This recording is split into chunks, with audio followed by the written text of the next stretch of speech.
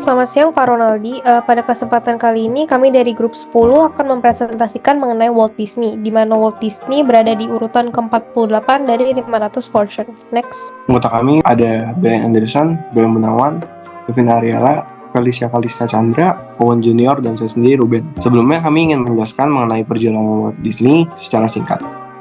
Awal kehidupan Walt Disney dimulai pada tahun 1901 hingga 1923.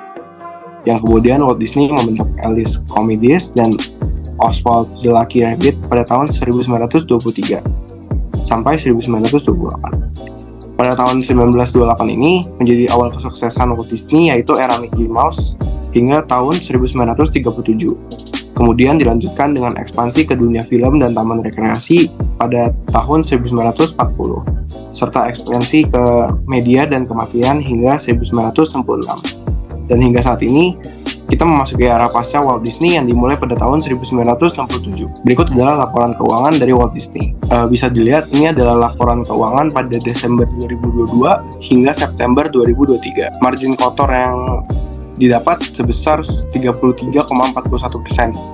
Kemudian ada margin operasional sebesar 10,5%, margin laba bersih sebesar 2,65%, dan ROL sebesar 4,55%. Berikutnya saya akan menjelaskan mengenai kisah Disney. Yang pertama itu ada Steamboat Willie pada tahun 1928, di mana film animasi pendek ini dianggap sebagai salah satu film animasi pertama yang sukses secara komersial. Dan film ini yang memperkenalkan karakter Mickey Mouse yang ikonik. Selanjutnya ada Snow White pada tahun 1937, di mana film ini masih menjadi film animasi terlaris sepanjang masa selama 25 tahun. Berikutnya ada Fantasia pada tahun 1940, di mana film animasi fitur musikal ini merupakan eksperimen berani yang Disney lakukan dalam menggabungkan animasi dengan musik klasik. Berikutnya ada Bambi pada tahun 1942, di mana ini merupakan film animasi pertama yang menampilkan kematian karakter utama. Berikutnya pada tahun 1955, Disney membangun Disneyland yang merupakan taman hiburan yang paling populer di dunia.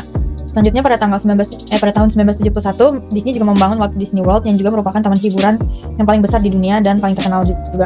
Pada tahun 1983, Disney membangun Disney Channel yang merupakan saluran televisi kabel paling populer di Amerika Serikat dan merupakan salah satu contoh paling terkenal dari hiburan anak-anak. Dan pada tahun 2019, Disney membangun Disney Plus yang merupakan layanan streaming paling populer di dunia dan paling terkenal dari hiburan digital. Next. Berikut adalah bisnis strategi dari Walt Disney. Yang pertama adalah mereka melakukan diversifikasi bisnis yang beroperasi di berbagai sektor, termasuk film dan televisi, taman hiburan, media digital, dan produk konsumen, yang menciptakan sumber pendapatan yang stabil dari berbagai sumber. Selain itu, mereka juga mengakuisisi dan integrasi, termasuk Pixar Animation Studios, Marvel Entertainment, memungkinkan mereka memanfaatkan warisan merek yang kuat dan meningkatkan kontennya. Mereka juga melakukan pemasaran dan merek dengan branding yang menciptakan ikon dan karakter yang dicintai oleh masyarakat global, seperti contohnya Mickey Mouse. Mereka juga menginovasi teknologi dan dengan melakukan pengembangan teknologi animasi dengan menggunakan VR atau AR dalam taman hiburan dan platform streaming seperti Disney Plus.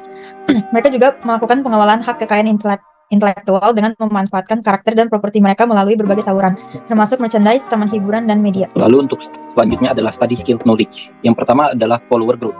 Disney menarik perhatian penonton untuk film-filmnya dengan membuat film-film yang penuh warna, menyenangkan, dan penuh dengan karakter yang menarik. Yang kedua, reach of communication. Dia membuat trailer dan iklan yang menarik dan membuat orang ingin menonton filmnya. Yang ketiga ada attraction, menggunakan konten yang menarik dan relevan untuk membuat audiens tertarik pada produk atau layanan yang ditawarkan. Lalu untuk keempat, conversion content. Disney membuat konten yang jelas dan ringkas untuk menjelaskan manfaat atau layanan yang ditawarkan, seperti menjelaskan plot dan karakter di film-filmnya. Lalu yang kelima ada website visit, membuat konten yang menarik dan relevan untuk mendorong audiens untuk mengunjungi situs web mereka. Dan yang terakhir, lead to conversion, konten yang menarik dan relevan untuk membuat audiens meninggalkan informasi kontak mereka, seperti mendaftarkan untuk buletin atau newsletter mereka. Next. Lalu berikutnya ada engagement content. Disney menggunakan konten yang menarik dan relevan untuk membangun hubungan dengan audiens. Lalu ada leads or opportunities generate. Disney menggunakan konten yang menarik dan relevan untuk menghasilkan prospek atau peluang bisnis. Lalu ada cost per opportunity atau CPO. Disney menggunakan konten yang menarik dan relevan untuk memastikan bahwa mereka menghasilkan prospek atau peluang bisnis dengan biaya yang efektif. Lalu ada lead conversion. Disney menggunakan konten yang menarik dan relevan untuk mengubah prospek atau peluang bisnis menjadi penjualan. Dan yang terakhir terdapat number of outcomes delivered. Disney menggunakan konten yang menarik dan relevan untuk menghasilkan hasil yang diinginkan, seperti penjualan, pelanggan baru, atau peningkatan kesadaran mereka. Next. Selanjutnya saya akan menjelaskan mengenai rekomendasi untuk setiap tahap mulai dari akuisisi, pengembangan konversi atau proposisi, serta saluran retensi dan pertumbuhan untuk perusahaan Disney. Jadi yang pertama itu dari akuisisi, yang pertama ada alat optimasi mesin pencari atau SEO. Alat ini akan membantu perusahaan menemukan kata kunci terbaik untuk ditargetkan pada situs web dan konten mereka. Beberapa alat SEO populer termasuk Moz, SEMrush, dan Ahrefs. Selanjutnya, untuk sistem manajemen konten atau CMS, alat ini akan membantu perusahaan membuat dan mengelola konten situs web mereka. Ada beberapa opsi CMS yang populer, termasuk WordPress, Drupal, dan Wix. Yang ketiga, alat manajemen media sosial. Alat ini akan membantu perusahaan menjadwalkan dan mempublikasikan postingan media sosial, serta melacak hasilnya. Beberapa alat manajemen media sosial yang populer termasuk Hootsuite, Sprout Social, dan Buffer. Untuk konversi atau pengembangan proposisi, yang pertama ada alat pengujian A atau B. Alat ini akan membantu perusahaan menguji berbagai versi situs web dan halaman arahan mereka untuk melihat mana yang menghasilkan konversi terbaik. Ada beberapa alat pengujian A atau B yang populer termasuk Optimizely, Google Optimize, dan Unbounce. Lalu yang kedua ada pembuat halaman arahan. Alat ini akan membantu perusahaan membuat halaman arahan khusus untuk kampanye pemasaran mereka. Beberapa pembuat halaman arahan yang populer termasuk Leadpage, Unbounce, dan Instapage. Yang ketiga ada alat pemasaran email. Alat ini akan membantu perusahaan mengumpulkan alat email dari calon pelanggan dan mengirimkan kampanye email yang ditargetkan kepada mereka. Ada beberapa alat pemasaran email yang populer termasuk Mailchimp, Constant Contact, dan Aweber. Dan yang terakhir ada retensi dan pertumbuhan. Yang pertama, alat manajemen hubungan pelanggan atau CRM. Alat ini akan membantu perusahaan melacak dan mengelola interaksi pelanggan mereka. Beberapa alat CRM yang populer termasuk Salesforce, HubSpot, dan Zoro CRM. Yang kedua ada program loyalitas pelanggan. Program ini dapat memberikan insentif kepada pelanggan untuk terus datang kembali untuk mendapatkan lebih banyak. Beberapa program loyalitas pelanggan yang populer seperti Starbucks Rewards, Amazon Prime, dan Sephora Beauty Insider. Yang terakhir ada program rujukan. Program ini dapat mendorong pelanggan untuk merujuk teman dan keluarganya ke perusahaan.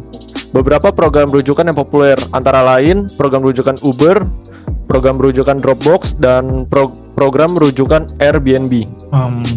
Baik, berikut merupakan beberapa rekomendasi mengenai teknologi baru yang dapat meningkatkan aktivitas operasional dan rantai pasokan Walt Disney yang dikategorikan berdasarkan fungsinya.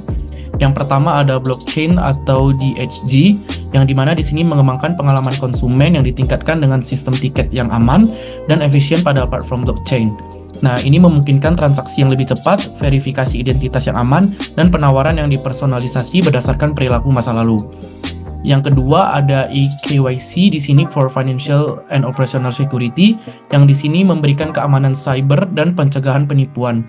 Nah, dengan menerapkan ini dapat memudahkan akses pada karyawan dan konsumen terhadap informasi yang sensitif, serta mengurangi resiko pencurian identitas dan penipuan keuangan. Selanjutnya ada AI and Metaverse for Simulation and Testing. Di sini dengan pengoptimalan taman hiburan dan pengembangan film dan barang dagangan. Nah, di sini dengan AI dapat dimanfaatkan untuk melakukan kelompok fokus virtual dan menguji papan cerita, desain karakter, dan prototipe barang dagangan untuk penyempurnakannya sebelum produksi di dunia nyata. Yang keempat ada Machine Learning and Big Data for R&D and Decision Making. Di sini memberikan pengalaman konsumen yang dimanfaatkan sebagai analisis data besar untuk menyesuaikan pengalaman konsumen berdasarkan preferensi individu, riwayat pembelian, dan data waktu nyata sehingga memaksimalkan kepuasan dan pendapatan pada perusahaan. Yang terakhir ada Additional Considerations, yang di sini dengan memberikan pelatihan dan peningkatan keterampilan bagi karyawan untuk beradaptasi dan pemanfaatan potensi penuh dari teknologi baru ini. Nah, dengan mengadopsi ke beberapa teknologi inovatif ini, Walt Disney dapat mencapai tingkat efisiensi operasional baru, transportasi rantai pasokan, dan keterlibatan konsumen sehingga memperkuat posisinya sebagai pemimpin dalam industri hiburan. Oke, sekian presentasi dari kami. Terima kasih atas perhatiannya. Kami meminta maaf apabila terdapat salah-salah kata atau kesalahan informasi dari yang kami berikan sepanjang presentasi. Thank you.